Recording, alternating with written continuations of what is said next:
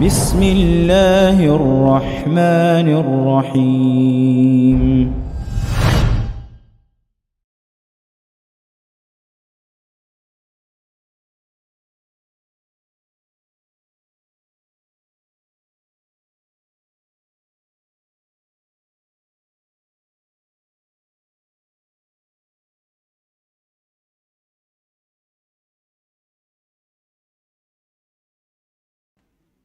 May yahdihillahu fala mudilla lahu wa may yudlil fala hadiya lahu.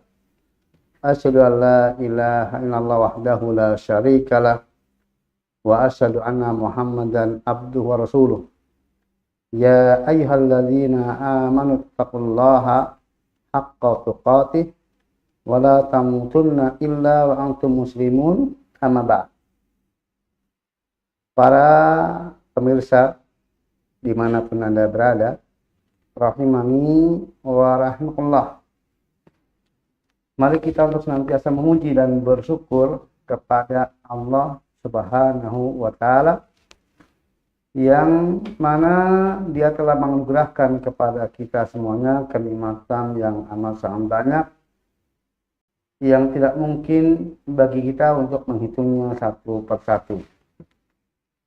Dan apabila kita pandai untuk mengelola apa yang ditakdirkan oleh Allah, termasuk musibah sekalipun, dan sekarang banyak di antara saudara kita yang sedang mengalami musibah banjir, maka siapapun yang sekarang sedang mendapatkan musibah banjir, kelolalah agar musibah banjir itu juga menjadi kenikmatan yang hakiki, yaitu dengan husnudzon kepada Allah bahwa musibah tersebut adalah tanda keinginan baik dari Allah untuk kita semuanya.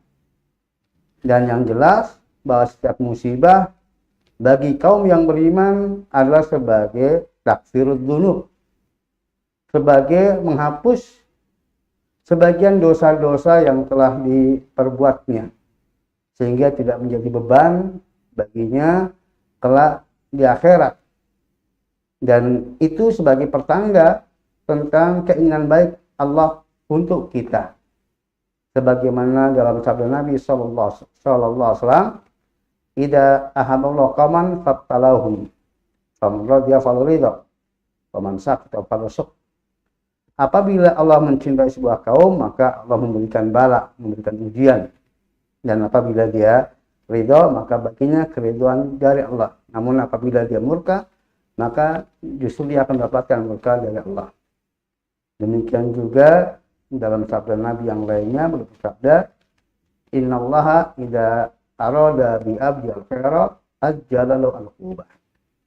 Sesungguhnya Allah apabila menghendaki kebaikan bagi seorang hamba, maka Dia akan menyegerakan bagian hukuman bagi hambanya. Jadi ini adalah kenikmatan yang hakiki apabila kita mampu untuk mengelola hati kita dengan senantiasa husnudzon kepada Allah Ta'ala. Dan seluruh jerih payah yang kita keluarkan untuk mengurus dampak dari banjir ini itu pun bernilai, karena setiap lelah dan letih, keringat yang tercucur dari seorang mukmin di dalam kehidupannya di dunia itu adalah ada balasannya. Setidaknya adalah untuk mengurangi beban dosa-dosanya. Para pemirsa kaum muslimin rahimani wa rahmatullah. Sebagaimana telah saya sampaikan pada bulan yang lalu bahwa insya Allah kita akan mengkaji secara rutin, dan insya Allah mulai sore hari ini dan rutin setiap bulannya kita akan mengkaji kitab Al-Firqatul Najiyah yang ditulis oleh Syekh Muhammad bin Jamil Zainu, sebuah kitab yang berisi tentang akidah tentang akidah al-firqatul najiyah, akidah golongan yang selamat, yang pada pertemuan sebelumnya telah disampaikan tentang jalan mencapai kebahagiaan dan keselamatan di dunia dan di akhirat. Nah, apa yang akan kita pelajari dari kitab Minhaj al-Firqatul Najiyah itu adalah berisi tentang prinsip-prinsip, keyakinan-keyakinan, jalan hidup dari golongan yang selamat. Para pemirsa, Asyanullah yakum, untuk memanfaatkan waktu yang kita miliki, langsung saja saya akan bacakan apa yang beliau sampaikan setelah mukadimah yang beliau sampaikan, yang berisi tentang pujian untuk Allah SWT dan sedikit penjelasan tentang isi dari kitab ini yang berupa bahasan akidah Ahlus Sunnah wal Jamaah atau akidah al-Firqatul Najiyah, yang barang siapa yang menitinya maka dia akan selamat, karena ini akidah dari golongan selamat, golongan yang mendapatkan pertolongan dari Allah Subhanahu wa Ta'ala. Pada pasal yang pertama atau bab yang pertama, beliau sampaikan judul Al-Firqatul Najiyah, golongan yang selamat. Sebelumnya saya sampaikan istilah Al-Firqatul Najiyah, golongan yang selamat ini adalah diambil, istimbatnya dari sebuah hadis yang juga nanti akan beliau sampaikan hadisnya, tentang hadis perpecahan umat yang disampaikan oleh Nabi SAW, di mana ada satu firqah, satu golongan yang akan selamat, sementara yang lainnya terancam masuk neraka. Maka golongan tersebut kemudian dikenal dengan Al-Firqatul Najiyah. Di samping dikenal dengan Al-Firqatul Najiyah, golongan tersebut juga dikenal dengan At-Ta'ifah Al-Mansyurah, yaitu golongan yang atau kelompok yang mendapatkan pertolongan, yang tidak lain mereka itulah Ahlus Sunnah wal Jamaah, atau dikenal juga Ahlul Hadis, dikenal juga dengan Al-Asar, dan nama-nama yang lainnya yang semuanya lah merujuk kepada pemahaman yang benar di dalam beragama ini. Nah, apa saja yang beliau sampaikan di dalam bab yang pertama ini? Di dalam bab yang pertama ini beliau sampaikan beberapa ayat dan beberapa asar dari ulama. Maka saya akan bacakan terlebih dahulu, saya terjemahkan, kemudian nanti saya akan sampaikan faedah-faedah dari bab yang pertama ini. Qala al-mu'allif rahimahullah, mu'allif Syekh Muhammad bin Jamil Zainu rahimahullah, beliau mengatakan al-awal, qala ta'ala wa'tasimu bihablillahi jami'a wa la tafarraqu. Pertama, Allah Ta'ala berfirman, berpegang teguhlah dengan tali Allah secara bersama-sama dan jangan berpecah belah. Surat Ali Imran ayat 103. Asani wa qala ta'ala wala takunu minal musyrikin minal ladina faraqu dinahum wa kanu syi'a kullu hisbim bima ladaihim farihun.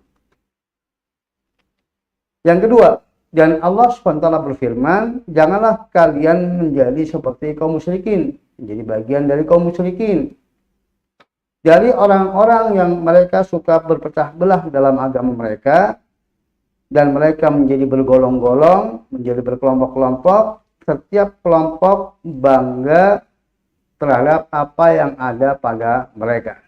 Surat Ar-Rum ayat 31-32.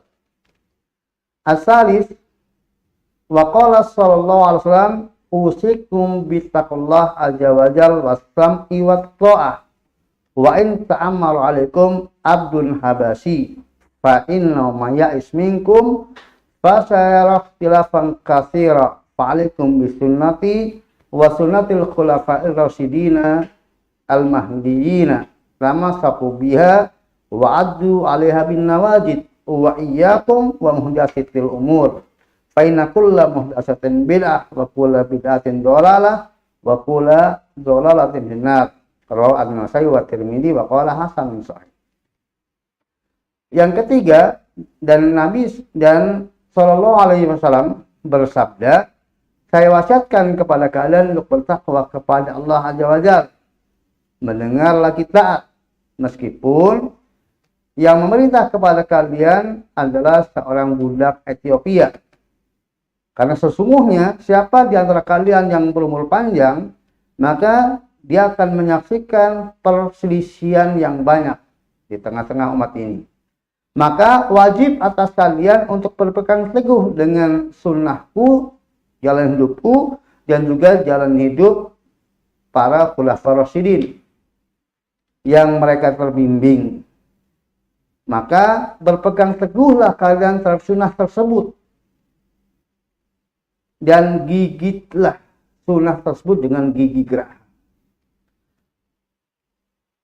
Serta jauhilah oleh kalian hal-hal yang baru.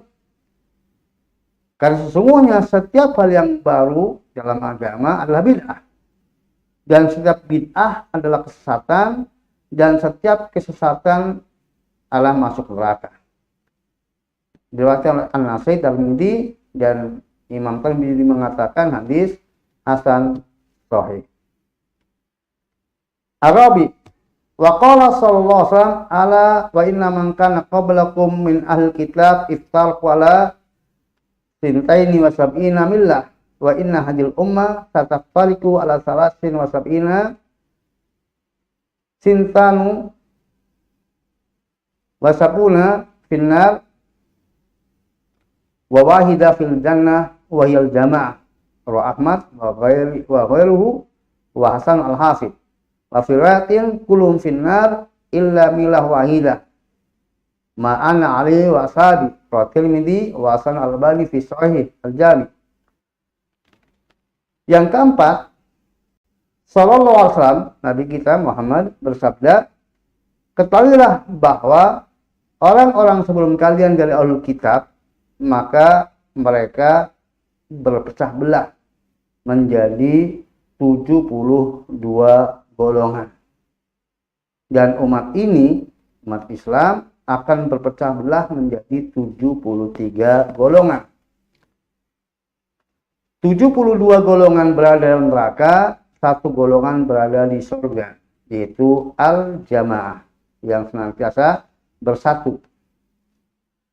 Dalam riwayat yang lainnya, seluruhnya berada dalam neraka kecuali milah yang satu, aliran yang satu, yaitu yang aku dan para sahabatku berada di atasnya. Ya, hadis ini riwayat atas ya, oleh Imam Ahmad dan yang lainnya, yang bawah diriwayatkan oleh Imam Tirmidzi dan dihasankan oleh Imam Al-Albani rahimahullah. Al-Khamis, wa an Ibnu Mas'udin radhiyallahu anhu qala khatta lana Rasulullah sallallahu alaihi wasallam khattan biyadihi thumma qala hadza sabilullah mustaqiman wa khatta khututan al yamini wa shimalihi thumma qala hadhihi subul laisa minha sabilun illa al syaitan yad'u ilaihi thumma qala qawlu ta'ala wa anna hadza sirati mustaqiman fattabi'uhu wa la tattabi'us subul fatafarraqa bikum an sabili dzalikum wasaqum bihi la'allakum tattaqun. Sahih rawahu Ahmad wa Nasa'i. Poin yang kelima, dari sahabat Ibnu Mas'ud, semoga Allah meridhoinya, beliau mengatakan Rasulullah SAW menggaris sebuah garis untuk kami dengan tangannya. Lalu kemudian beliau mengatakan ini adalah jalan Allah yang lurus. Lalu beliau menggaris garis-garis yang banyak dari kanan dan kiri garis yang lurus tersebut. Lalu kemudian beliau bersabda, ini adalah subul, jalan-jalan, di mana tidak ada satu jalan pun pada jalan-jalan yang banyak itu kecuali ada syaitan yang mengajak kepadanya. Lalu kemudian beliau membaca firman Allah, yaitu surat Al-An'am ayat 153, Dan sungguh ini adalah jalanku yang lurus, maka ikutilah. Jangan sekali-kali kalian mengikuti jalan-jalan tersebut, karena sesungguhnya kalian akan tercerai-beraikan dari jalannya, jalan Allah. Itulah Allah wasiatkan kepada kalian agar kalian menjadi orang-orang yang bertakwa. Asalis yang keenam, waqala Syekh Abdul Qadir Al-Jailani fi kitab Al-Ghuniyah, amma al-firqatul najiyah fa hiya ahli sunnah wal jamaah. Wa ahli sunnah la isma lahum illa ismun wahid wa huwa ashabul hadis. Poin yang ketujuh, Syekh Abdul Qadir Al-Jailani dalam kitabnya Al-Ghuniyah beliau mengatakan, adapun al-firqatul najiyah, golongan yang selamat, dia itulah ahlu sunnah wal jamaah. Dan ahlu sunnah wal jamaah tidaklah memiliki predikat lain bagi mereka kecuali ashabul hadis, yaitu mereka yang sangat perhatian kepada hadis-hadis Nabi Shallallahu Alaihi Wasallam. Ashabi ya'muruna Allah Subhanahu Wa Taala antatasima jami'an bil Quran al-Karim. Wa alla nakuna minal musyrikin al-mutafarriqina fi dinihim syi'an wa ahzaba.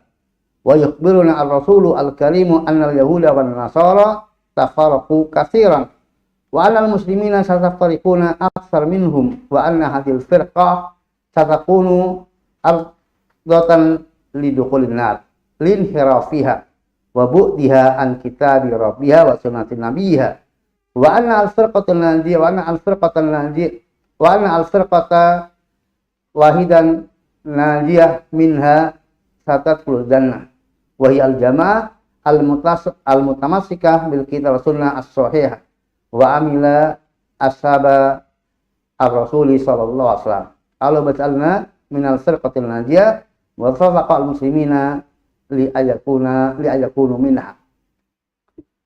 Poin yang ketujuh beliau sampaikan, Allah SWT memerintahkan kepada kita untuk berpegang teguh secara bersama-sama dengan Al-Quran Karim, dan untuk tidak seperti kaum musyrikin yang suka berpecah belah dalam agama mereka, kemudian mereka menjadi berkelompok-kelompok, bergolong-golong. Dan Rasul yang mulia juga telah memberitakan kepada kita bahwa Al-Yahud dan Nasara mereka telah berpecah belah dengan banyak kelompok. Dan bahwasanya kaum muslimin juga akan berpecah belah bahkan lebih banyak dari mereka. Dan bahwasanya kelompok-kelompok tersebut semuanya terancam masuk neraka karena penyimpangan yang ada pada mereka dan karena jauhnya mereka dari kitab Rabbnya dan sunnah nabinya. Dan adapun kelompok yang satu akan selamat dari neraka dan mereka akan masuk surga. Siapa itu? Yaitu al-jamaah yang berpegang teguh dengan Alkitab dan As-Sunnah yang sahihah serta mengamalkan apa yang diamalkan oleh para sahabat Rasul sallallahu alaihi wasallam. Kita memohon kepada Allah agar menjadikan kita menjadi bagian dari al-firqatul najiyah, golongan selamat, dan juga kita memohon agar Allah memberikan taufik kepada kaum muslimin untuk menjadi bagian dari al-firqatul najiyah. Para pemirsa rahimani wa rahimakumullah, itulah apa yang disampaikan oleh mu'alif Syekh Muhammad bin Jamil Zainu rahimahullah. Maka dari poin-poin yang beliau sampaikan di atas, saya akan sampaikan faidah-faidahnya untuk memudahkan bagi para pemirsa. Saya upayakan faidahnya dalam bentuk poin-poin, semoga bisa dipahami dengan mudah. Dari ayat yang pertama yang beliau bawakan, yaitu firman Allah, dan berpegang teguhlah dengan tali Allah semuanya dan jangan bercerai-berai, surat Al-Imran ayat 103. Maka faedah dari ayat di atas, yang pertama, kewajiban berpegang teguh dengan tali Allah. Kewajiban untuk berpegang teguh dengan tali Allah. Yang kedua, apa itu tali Allah? Tali Allah adalah Al-Quran yang tidak lain adalah agamanya. Jadi tentang tali Allah ada beberapa tafsiran yang kesemuanya sesungguhnya maknanya sama, yaitu ahlullah, Al-Quran, dan dinullah, al-Islam. Maka itu semuanya maknanya sama, yaitu agama Allah, dinul Islam, yang sumbernya lah Al-Quran. Yang siapa yang berpegang teguh dengannya, maka dia akan selamat. Kemudian poin yang ketiga, faedah yang ketiga adalah kewajiban untuk bersatu. Wa'tasimu bihamdillah jami'an. Itu untuk bersatu. Tidak bercerai-berai. Poin yang keempat, apa yang dimaksud dengan bersatu? Bahwa yang dimaksud dengan bersatu mencakuplah bersatu dalam kebenaran dan di dalam satu komando wal amr. Para pemirsa rahimani wa rahmatullah, jadi seseorang dia akan dikatakan dia berada dalam jamaah, dalam persatuan, bersatu apabila satu, dia adalah berjalan di atas jalan yang benar, yaitu berpegang teguh dengan tali Allah dengan pemahaman yang benar, sebagaimana disampaikan oleh Ibnu Mas'ud radhiyallahu al-jamaah mawa faqal haq wa in kunta wahdak. Jamaah itu adalah engkau berada dalam kebenaran meskipun engkau sendirian. Nah, yang kedua itu dia patuh di bawah komando dari penguasa muslim yang sah. Jadi dalam satu barisan, tidak membangkang, tidak memberontak. Maka itulah orang yang dikatakan memegang teguh persatuan. Adapun yang salah jalan dalam memahami agama, maka ya, dia tidak dikatakan berada dalam jamaah, dalam persatuan, meskipun kelompok mayoritas. Demikian juga yang membangkang, memberontak penguasa, meskipun jumlahnya besar, maka itu juga tidak bersatu namanya. Kemudian yang kelima adalah larangan untuk berpecah belah. Larangan berpecah belah. Jadi wala tafarruqu. Tafarruq, berpecah belah, lawan dari berjamaah. Berpecah belah lawan dari bersatu. Maka dikatakan berpecah belah, suka bertikai, berselisih apabila keluar dari jalan kebenaran. Meskipun dia jumlahnya mayoritas, mendominasi, tetapi kalau berada dalam kesesatan tetap namanya yang suka memecah belah agama. Demikian juga mereka yang suka membangkang, memberontak pada penguasa yang sah, penguasa kaum muslimin, maka itu juga disebut dengan yang memisahkan diri atau yang menceraikan dirinya, yang suka berpecah belah meskipun jumlahnya mayoritas. Jadi kelompok yang suka berpecah belah itu tidak diukur dari kuantitasnya, tetapi diukur dari standar berada dalam kebenaran atau tidak. Maka selama keluar dari jalan yang benar, ini adalah bentuk suka berpecah belah, meskipun ya kelompok mayoritas. Jadi itu faedah dari ayat yang pertama. Kemudian faedah dari ayat yang kedua. Ketika Allah berfirman, wala takunu minal musyrikin minal ladzina faraqu dinahum wa kanu syi'a kullu hizbin bima ladayhim farihun. Janganlah kalian seperti kaum musyrikin, yang mana orang-orang yang suka berpecah belah dalam agama mereka, sehingga mereka berkelompok-kelompok, setiap kelompok bangga dengan apa yang ada pada mereka. Surat Rum ayat 31-32. Nah, dalam ayat ini ada beberapa faedah yang kita bisa petik. Yang pertama yaitu larangan tasabuh dengan orang kafir. Larangan menyerupai orang kafir.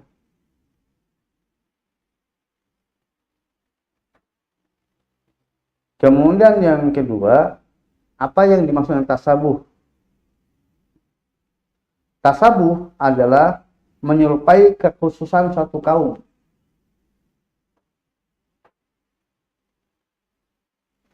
Ketika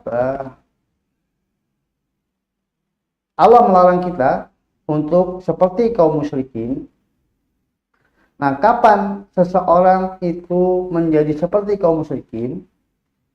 Seseorang menjadi seperti kaum musyrikin yang dilarang oleh Allah ketika kemudian dia memiliki perilaku yang perilaku itu adalah perilakunya kaum musyrikin, menjadi ciri khusus dari perilaku kaum musyrikin, mencakup di dalam keyakinannya, di dalam perbuatannya, bahkan di dalam tampilan lahiriahnya, dalam berpakaian, dalam tampilan fisiknya.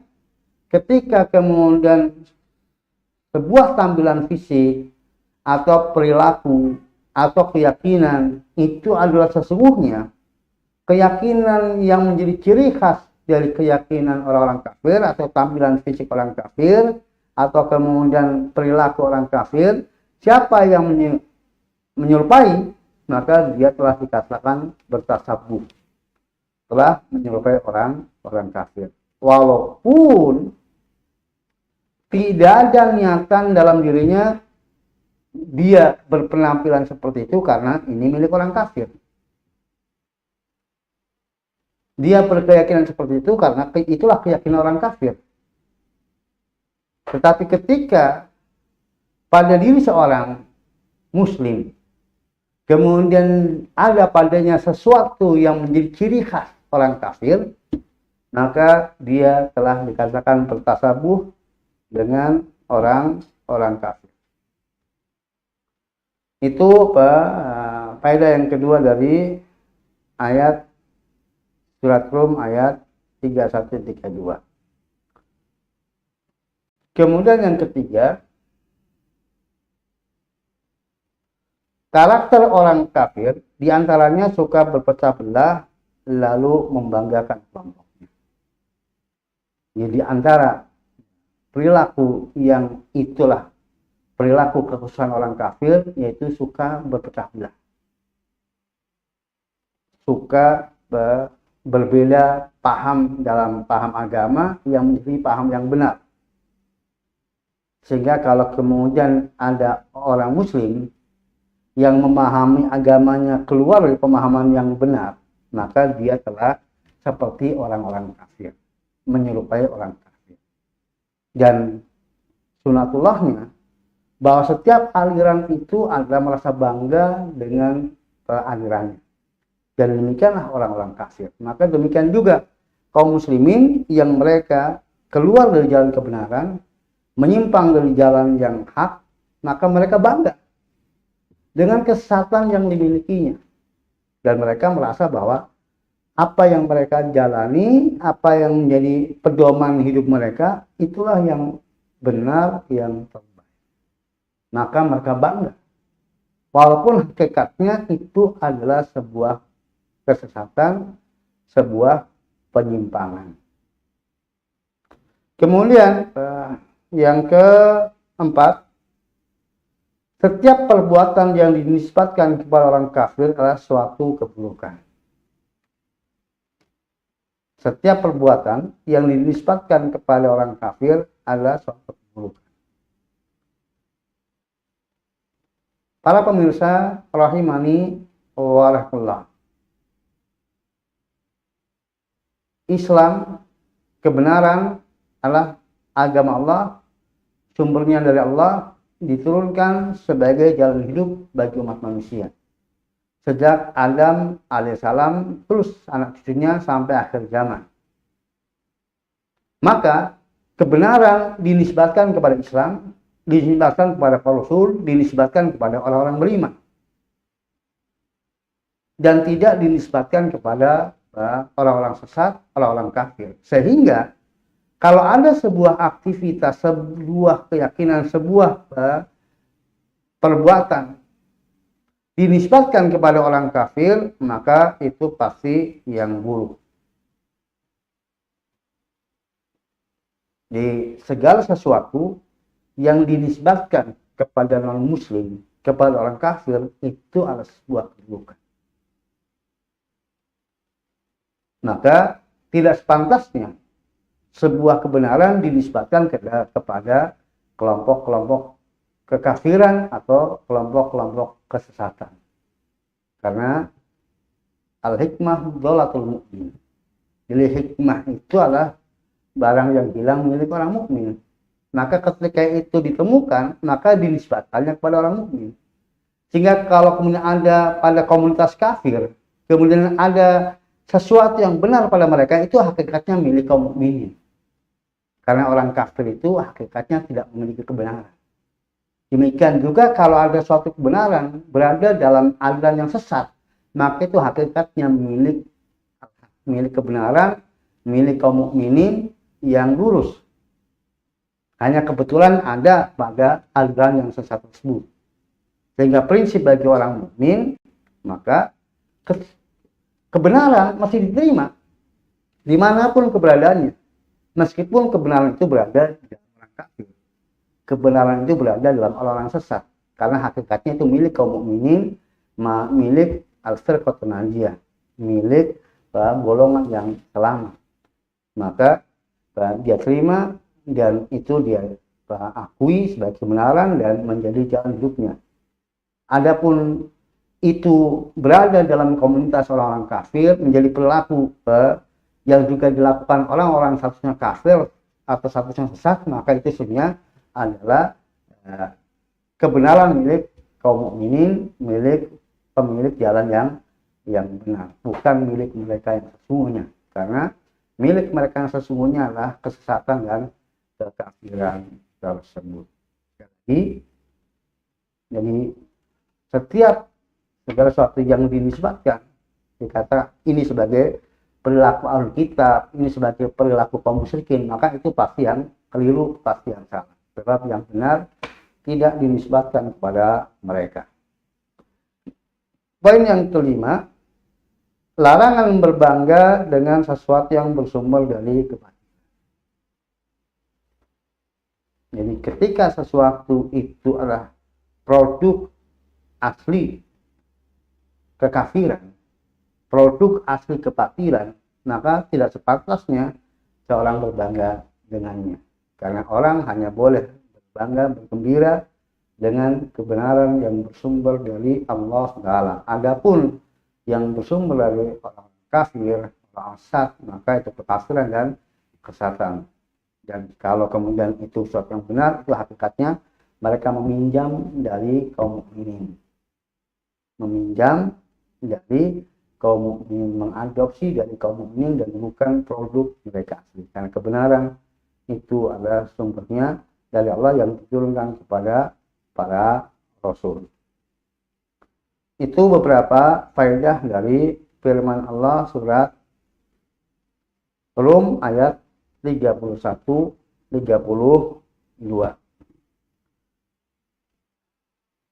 Kemudian pada poin yang ketiga dari yang sambil adalah sebuah hadis Nabi SAW tentang wasiat Nabi SAW, di mana beliau bersabda, saya terjemahkan tadi sudah, saya wasiatkan kepada kalian bertakwa kepada Allah Azza wa Jalla, mendengar salat taat meskipun yang memerintah kepada kalian adalah seorang budak Ethiopia.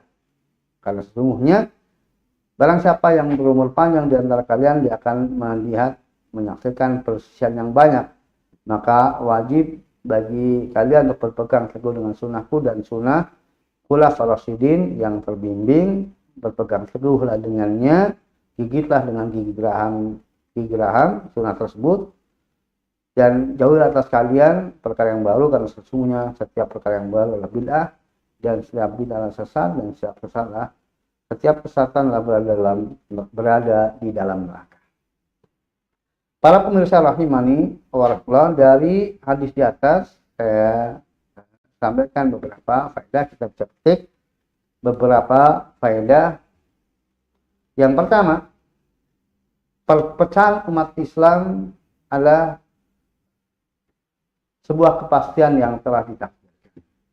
Jadi umat Islam pasti akan terjadi berbagai macam aliran dan tidak mungkin untuk menyatukannya, meskipun kita diperintahkan untuk berusaha berada di dalam persatuan, tetapi sunatullah telah menyatakan, takdir Allah menyatakan bahwa umat ini pasti akan berpecah belah. Sehingga permasalahannya adalah bagaimana kita menjadi bagian dari umat yang tidak suka berpecah belah. Dan tadi sudah disampaikan bahwa siapapun yang dia berada di jalan yang benar, maka dia tidak berpecah belah walaupun dituduh oleh pihak lain suka berpecah belah. Sekali lagi, siapa yang tetap berada dalam kebenaran, meskipun dia minoritas, maka dialah kelompok yang bersatu, yang berjamaah. Meskipun oleh pihak kelompok-kelompok yang lainnya mendapatkan tujuan suka berpecah belah, yang mungkin eksklusif lah, yang mungkin tidak umum lah, dan sebagainya, dianggap memisahkan diri dari komunitas atau dari jamaah mayoritas, maka itu adalah bukan menjadi standar. Tujuan, predikat, gelaran yang disematkan oleh manusia, maka itu bukan standar. Standarnya adalah siapa yang berada dalam kebenaran, maka dia telah berjamaah dan tidak suka berpecah belah. Kemudian poin yang kedua, sunnah salafus saleh adalah sunnah Rasul. Sunnah sahabat adalah sunnah Rasul. Jadi dalam hadis di atas, ketika Nabi SAW menyebutkan alaikum bisunati wa sunatil khulafa'ir rasyidin, lalu belum menggabungkan dengan satu kata ganti sunnah tersebut, maka satu kata ganti untuk dua yang digantikan itu menunjukkan bahwa dua hal tersebut merupakan satu kesatuan. Jadi sunnah Rasulullah dan sunnah khulafa'ir rasyidin itu hakikatnya sama, di mana bahwa sunnah Rasulullah itu dilaksanakan, diwujudkan, dipertontonkan, dipraktekkan oleh khulafa'ir rasyidin. Sehingga terjemah dari sunnah Rasulullah adalah apa yang ada pada sunnah khulafa'ir rasyidin. Maka ijma' khulafa'ir rasyidin, pengganti yang terbimbing setelah Rasulullah SAW, yaitu para sahabat, itu adalah merupakan representasi dari sunnah Nabi SAW. Sehingga kalau ada orang yang mengklaim dia mengikuti sunnah Nabi, tetapi ternyata berseberangan dengan ijma' salafus saleh, ijma' para sahabat, jalan hidup para sahabat secara ijma', maka dipastikan bahwa itu ada bukan sunnah Nabi SAW, tetapi itu kesalahpahaman, itu penyimpangan dari sunnah Nabi SAW. Jadi sesungguhnya merupakan kenikmatan yang luar biasa bagi umat ini ketika mendapatkan standarisasi untuk berjalan di atas sunnah Nabi SAW, itu dengan adanya sunnah khulafa'ir rasyidin radhiyallahu anhum ajmain. Kemudian poin yang ketiga, tidak termasuk firqah sesat jika meladani manhaj.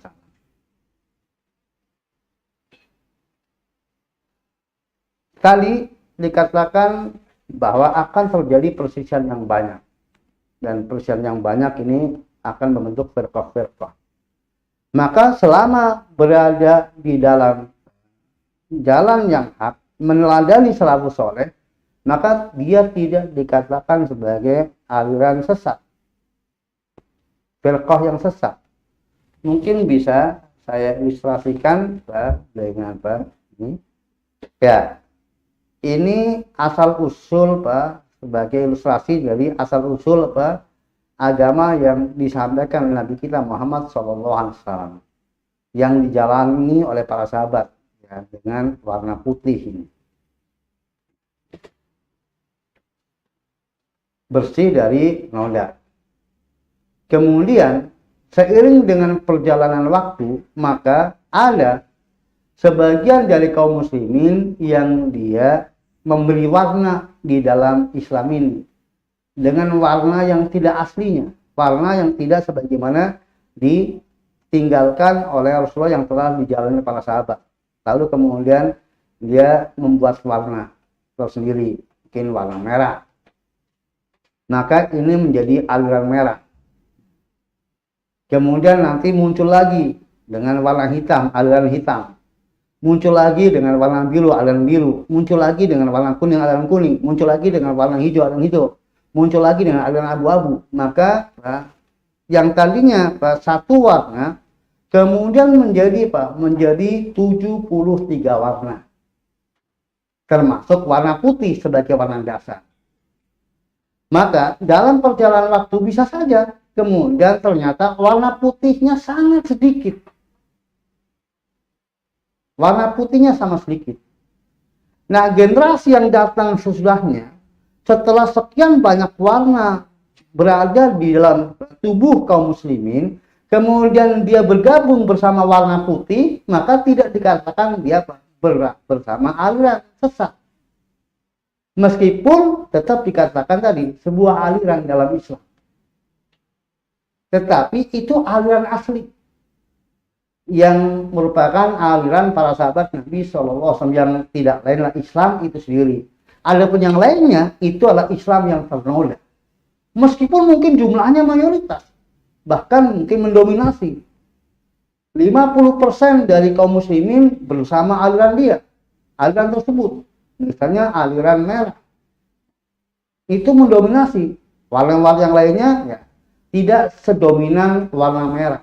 Tetapi tetap meskipun dia mendominasi ya, komunitas kaum muslimin bahkan menjadi sampai 50% lebih misalnya, tetap itu namanya aliran sesat tercela. Yang putih walaupun dia sangat minoritas di tengah-tengah kaum muslimin itu adalah aliran yang benar, al-firqatul najiyah, karena dia tidak pernah membuat warna baru. Bahwa apa yang ada padanya itulah Islam. Yang dulu Rasulullah mewariskan kepada para sahabat Nabi SAW. Jadi tidak termasuk firqah sesat jika meladani manhaj salaf. Otomatis aliran yang masih berwarna putih tersebut atau bagian yang masih berwarna putih ya dinilai oleh aliran yang lainnya sebagai aliran sesat. Karena masing-masing aliran sebagaimana tadi disampaikan adalah rasa bangga terhadap yang. Nah, inilah yang menjadi tugas dan kewajiban kita untuk mengetahui seperti apa karakteristik aliran yang warna putih ini yang sesuai dengan aslinya. Ya, itu poin yang ketiga. Maka poin yang keempat, harus bersungguh-sungguh di dalam memegang kebenaran jika tidak rawan terlepas. Nabi bersabda, "Tamasaku biha wa addu 'alaiha binawajib." Berpegang teguhlah dengannya, pegang erat-erat dan gigitlah dengan gigi erat. Ini wasiat menunjukkan bahwa kita harus bersungguh-sungguh di dalam berpegang kepada kebenaran. Kalau tidak, rawan lepas. Maka salah seorang ulama Syekh Jibril mengatakan bahwa dari hadis ini menunjukkan adanya upaya pihak luar untuk merongrong, mengambil alih atau melepaskan pegangan kita dari jalan kebenaran. Sama sapu biak itu digambarkan begini, dipegang dengan dua tangan erat-erat. dan ternyata tidak cukup itu persoalan adu gigit dan posisi menggigit yang kuat dengan gigi kira, maka itu kiasan untuk menunjukkan harus bersungguh-sungguh. Kalau kemudian dipegangnya bersungguh-sungguh, sekuat tenaga, semaksimal mungkin, maka upaya pihak luar untuk melepaskan dari pegangan kita akan sangat kesulitan, bahkan bisa gagal total. Karena begitu kuatnya kita memegang. Berbeda kalau memegangnya ala kadar. Maka kalau kita berpegang dengan kebenaran ala kadarnya, yang penting sudah benar, lalu kemudian asal-asal megangnya, maka ini sangat mudah untuk kemudian dilepaskan dari kita. Jadi berjalan di jalan yang benar itu ada pihak luar yang mengancam, yang mengupayakan lepasnya dari diri kita. Pihak luar itu ya ada setan dari jalan jin, dan ada setan dari kalangan manusia, di mana mereka senantiasa mengintai kapan kita bisa diseret keluar darinya, sehingga lepas pegangan kita dari jalan kebenaran. Kemudian poin yang kelima, wajib taat kepada penguasa muslim meski zalim, meski hasil kebatilan. Dari sabda Nabi, wa in alaikum islam ta'ah wa in amara alaikum abdun habasyi. Jadi wajib bagi kalian untuk mendengar lagi taat meskipun kalian dikuasai oleh seorang budak Ethiopia. Secara syar'i, budak Ethiopia tidak layak jadi penguasa muslim. Jadi wal amal bagi kaum muslimin yang merdeka.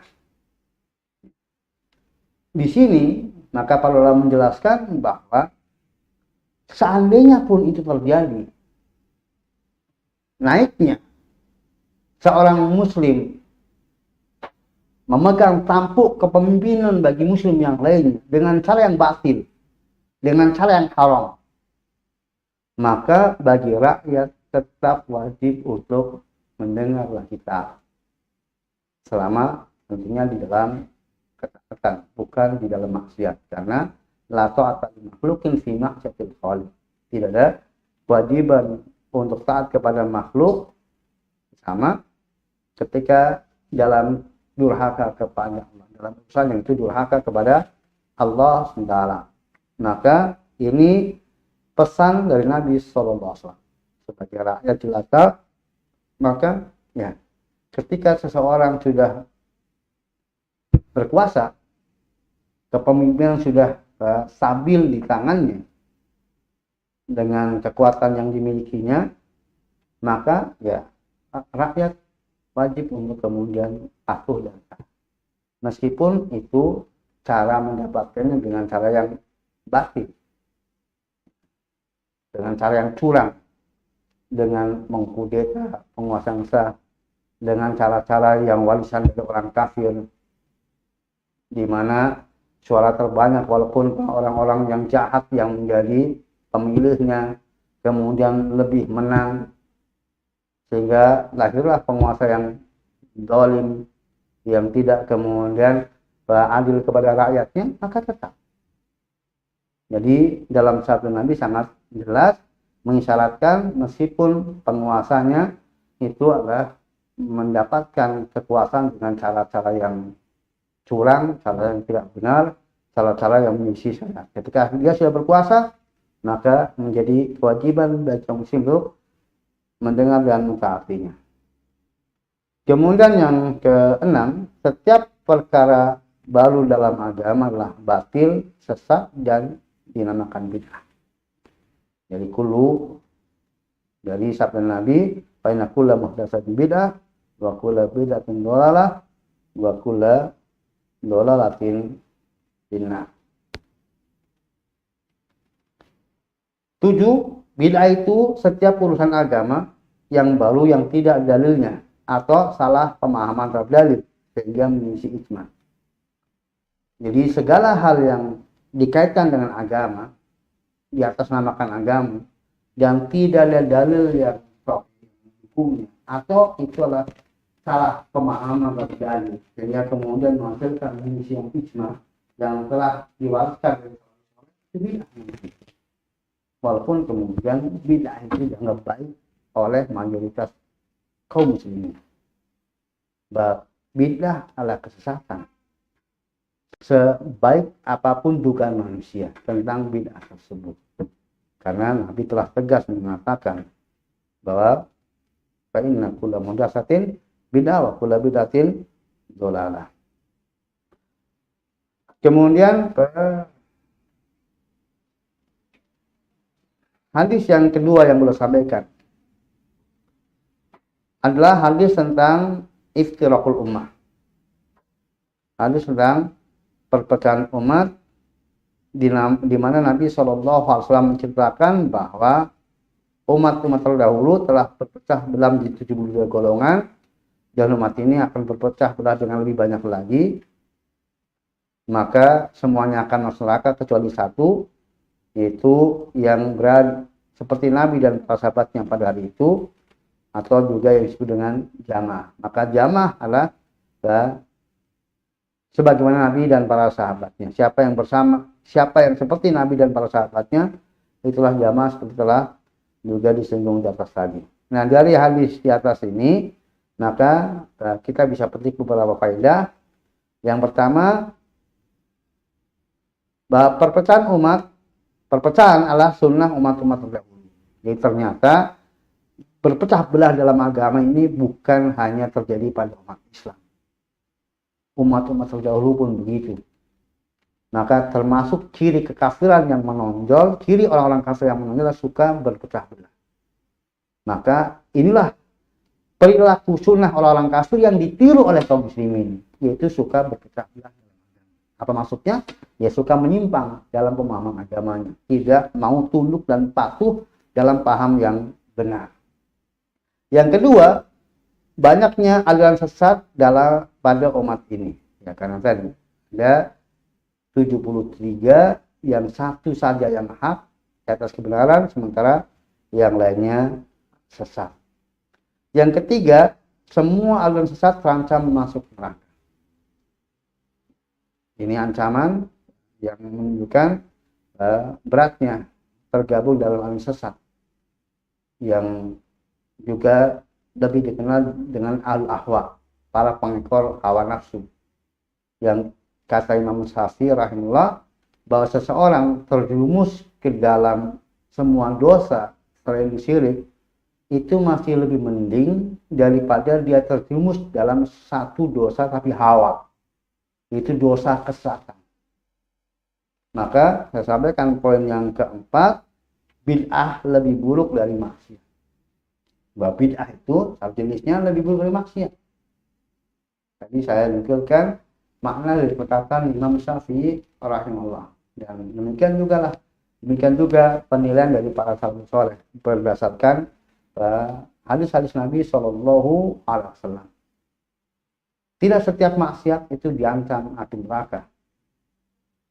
Bahkan Allah Ta'ala menjanjikan ampunan dengan sebab hasanat yang dimilikinya, dengan sebab-sebab yang kebaikan yang diperbuatnya, dengan amal soleh yang dilakukannya.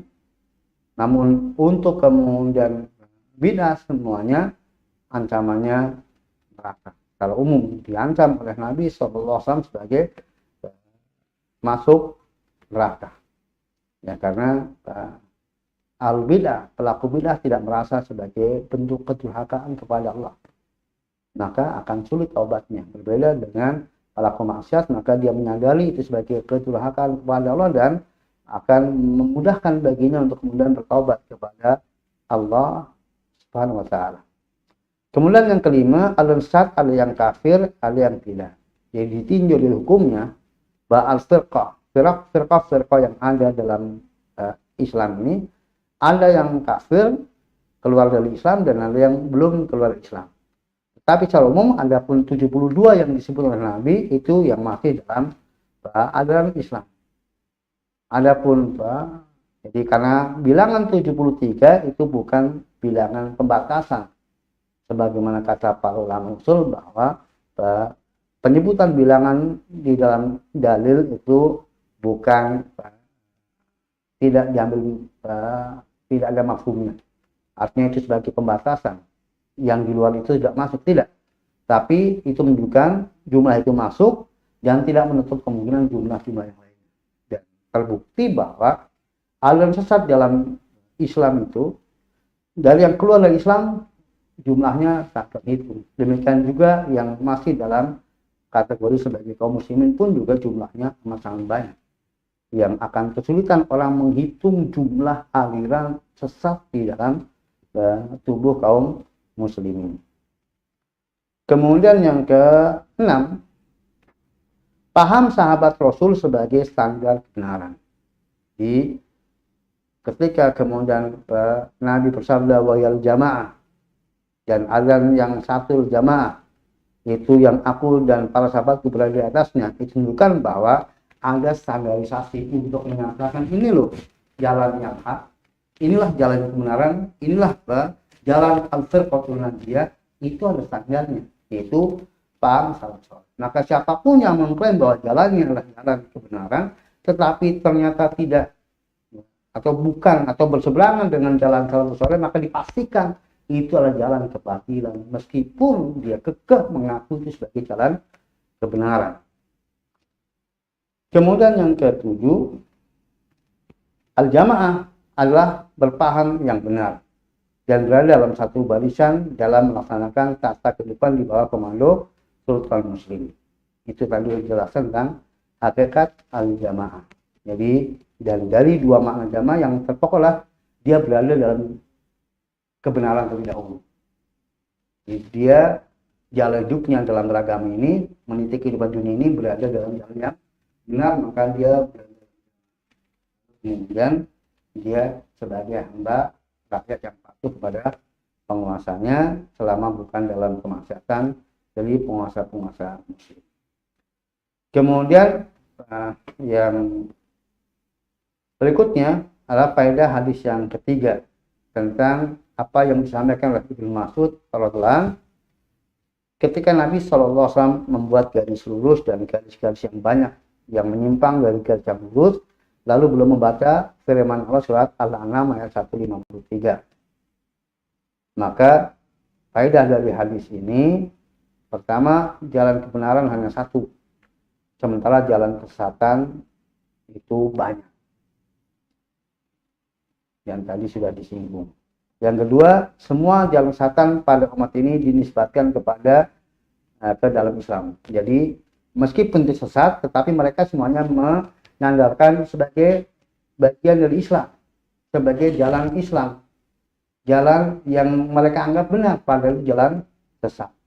Kemudian yang ketiga, syaitan selalu memperdaya dan mengelabui manusia agar mengikuti jalan kesesatan, sehingga tetap merasa benar meskipun hakikatnya telah sesat.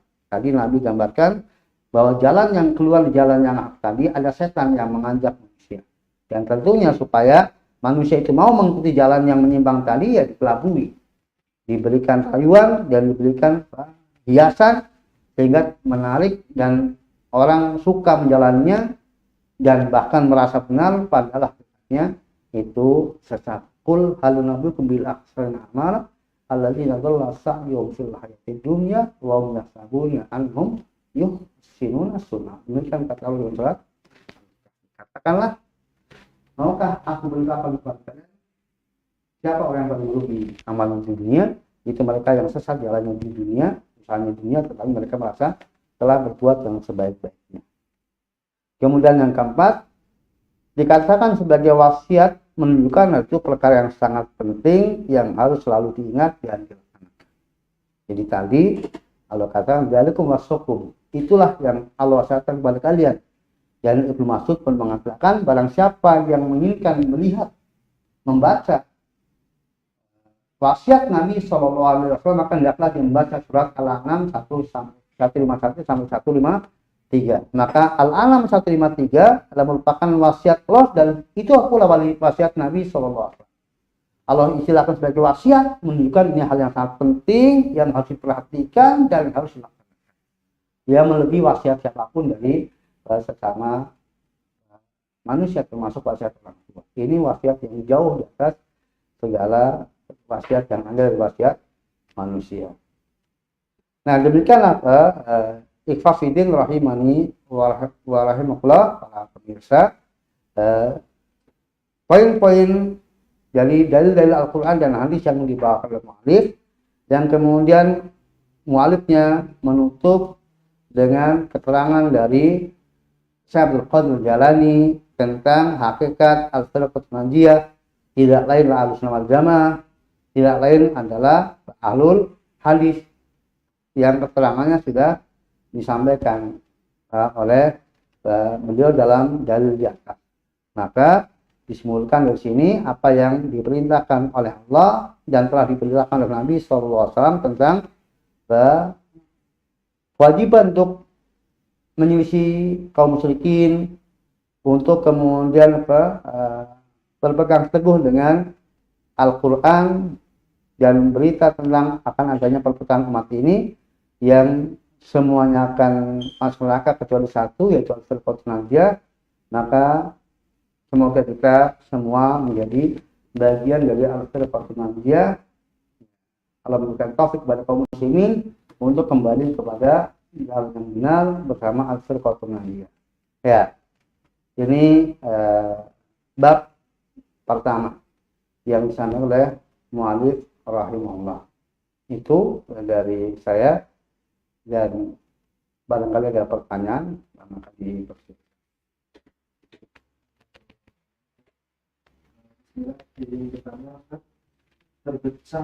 Terpecah belah yang dimaksud dalam ayat semakna dengan hadis tentang saf.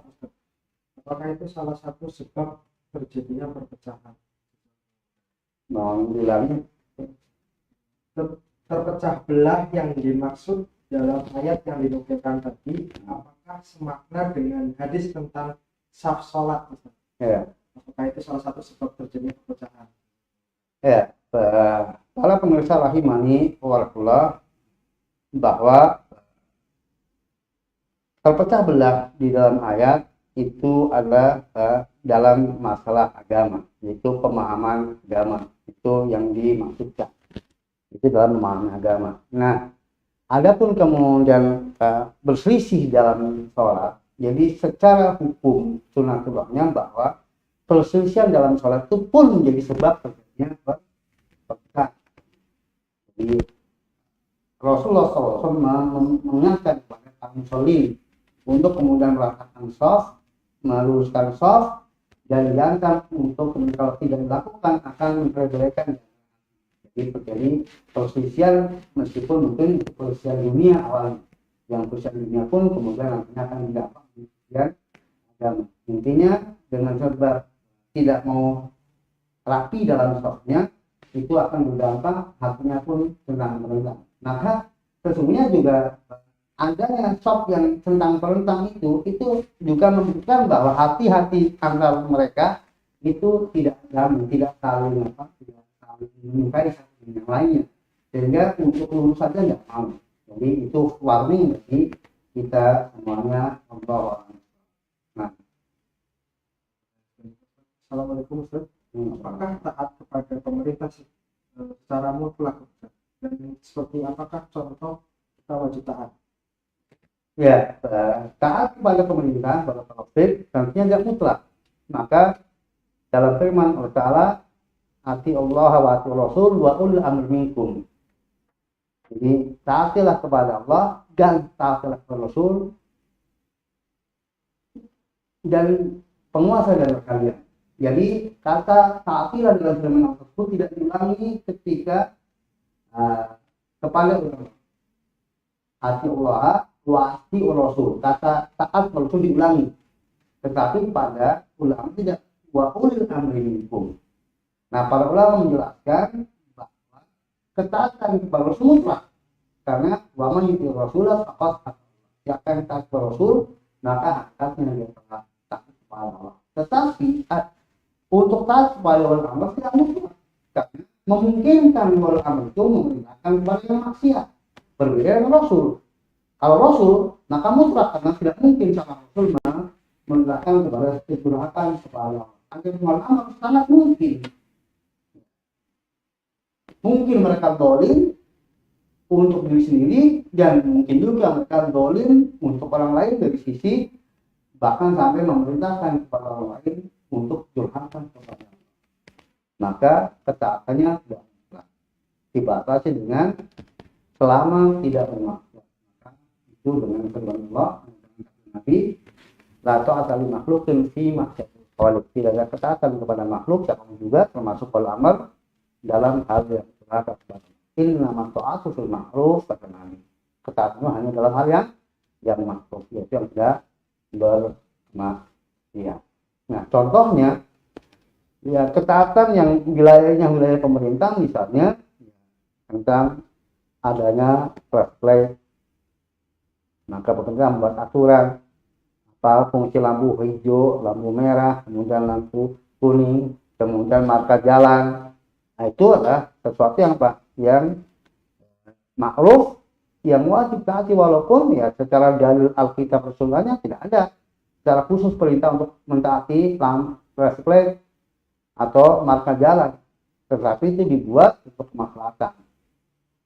Demikian juga hal-hal yang lainnya yang dalam pertimbangan penguasa itu sebagai maslahat bagi rakyatnya, maka diakibatkan ketika kemudian penguasa itu mendolimi rakyatnya dan itu lebih mementingkan kepada dirinya sendiri, selama itu bukan maksiat bagi si rakyat, kemudian memenuhi di kita,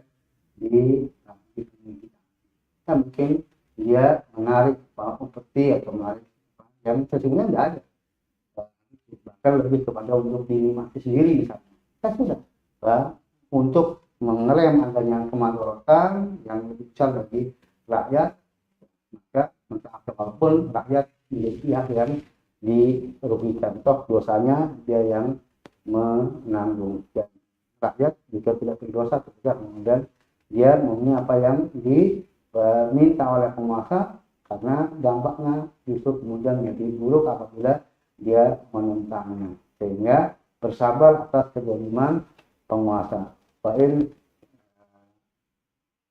akhadha malak wa daraba akhlak, meskipun dia mengambil hakam dan mencambuk punggungmu Allah. Nah, Assalamualaikum Ustaz. Apakah para pelaku bid'ah tidak akan masuk surga juga, walaupun pelaku bid'ah itu sendiri menyadari bahwa pelakuan itu adalah sesat, misal karena hanya terpaksa di dalam keluarga? Baru kalau ancaman neraka bagi pelaku bid'ah perlu dijelaskan bahwa ancaman neraka itulah bagian dari al-wa'id, artinya bab-bab ancaman. Maka bab ancaman itu nanti ada perhitungan amal. Jadi secara hukum maka bid'ah diancam neraka. Nah, apakah pasti pelaku bid'ah itu masuk neraka? Maka itu tergantung apa yang diilmui oleh Allah. Kalau dalam ilmu Allah, Allah Maha tahu bahwa amal seorang hamba ternyata dia punya hasanah yang timbangannya lebih berat dari timbangan bid'ah yang dikerjakan, maka dengan sebab itu dia bisa bebas dengan rahmat Allah SWT. Dia mati bebas dari neraka karena hasanat yang dimiliki. Dia masih dalam predikat seorang muslim, seorang mukmin yang sah. Bisa berbeda kalau kemudian ahli bid'ah ini adalah bid'ah kafir, bid'ah yang menyebabkan akhirnya sudah keluar Islam. Sehingga dalam hukum Allah, maka meskipun dia mengklaim muslim, dalam hukum Allah dia sudah hukumnya hukum orang kafir karena bid'ah yang maka ya, dia pasti masuk neraka. Adapun bagi orang yang mukmin yang menodai iman dengan bid'ah, maka tindakan hasanah dari dia. Tetapi bid'ah itu dosa sangat besar, sehingga bisa saja bid'ah tersebut mengakibatkan mengalahkan timbangan hasanah. Karena terkadang hasanah pelaku bid'ah tidak diterima oleh Allah karena dia suatu bid'ah. Jadi al-bid'ah tidak diterima sebagian hasanat yang diperbuatnya sehingga tidak bernilai, maka timbangan yang lebih berat timbangan saja itu bid'ah.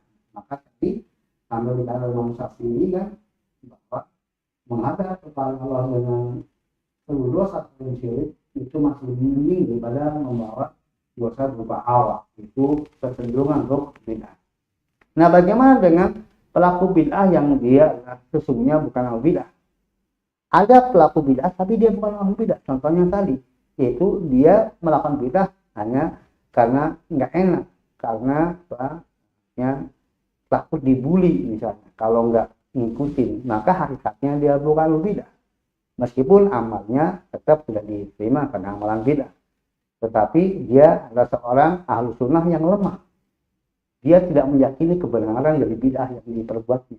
Dia merasa bahwa yang dilakukan tidak benar. Maka ini seperti pelaku maksiat.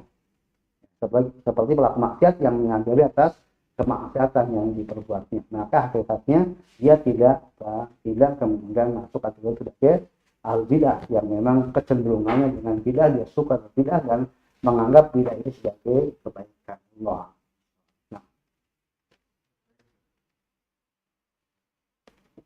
Ya, ikhlas rahimani Allah. Sebelum kajian kita akhiri, sebagaimana kita ketahui bahwa sebagian saudara-saudara kita di sekitar sekarang ini maupun tempat yang lainnya ini sedang dilanda musibah, yaitu dengan musibah banjir. Meskipun kepada saudara-saudara saya yang sedang mengalami musibah, maka bersabarlah atas musibah tersebut dan senantiasa husnudzon kepada Allah atas musibah tersebut, bahwa di balik itu semuanya ada hikmah, dan mohonlah kepada Allah ganti yang lebih baik dari apa yang rusak akibat musibah banjir tersebut. Dan kepada saudara-saudara kaum muslimin, mari kita untuk membantu sebisa yang kita lakukan. Allah fi al-abdi makan abdi fi al-akhihi. Dalam setiap muslim, Allah senantiasa menolong seorang hamba yang hamba itu pun suka menolong saudara. Maka pertolongan Allah sangat dekat kepada hamba yang suka menolong saudaranya. Irhamu mangsul ardi yarhamuka mangsul sama. Dalam hadis Abu Dawud dan juga Tirmidzi. Kasih sayanglah orang yang ada di muka bumi ini, niscaya Allah yang ada di atas langit akan menyayangi. Maka bahkan di sini perbuatan kasih sayang tidak hanya dibatasi kepada sesama kaum muslimin. Siapapun penduduk muka bumi ini yang mengalami kesulitan, mengalami musibah, maka baik bagi itu, sekalipun itu orang kafir, sekalipun itu hewan. Sebagaimana kita tahu dalam kisah yang sahih dari Nabi SAW, bahwa seorang berzina itu diampuni dosa-dosanya oleh Allah disebabkan karena dia membantu mengatasi penderitaan yang dialami oleh seekor anjing. Dengan susah payah dia mengambilkan air untuk anjing yang kehausan.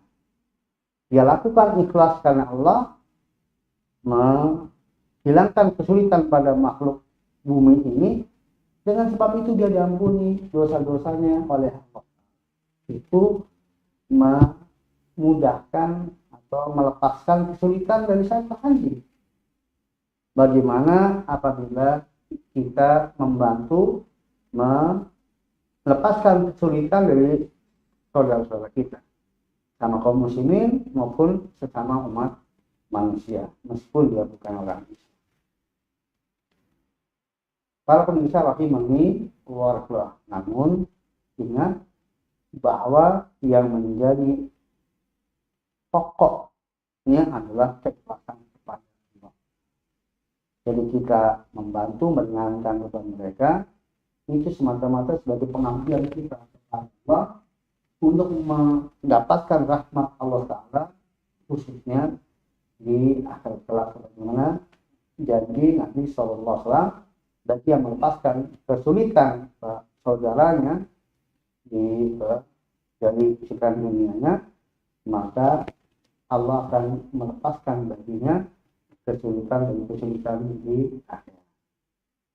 Demikian, semoga kita semuanya hidup untuk saling membantu mengatasi berbagai macam kesulitan yang dialami oleh manusia tanpa kemudian terfokus kepada yang satu aliran, satu agama, tetapi kasih sayang adalah untuk seluruh umat manusia. Ingat, kasih sayang, perbuatan baik adalah untuk seluruh umat manusia. Itulah Islam yang ada.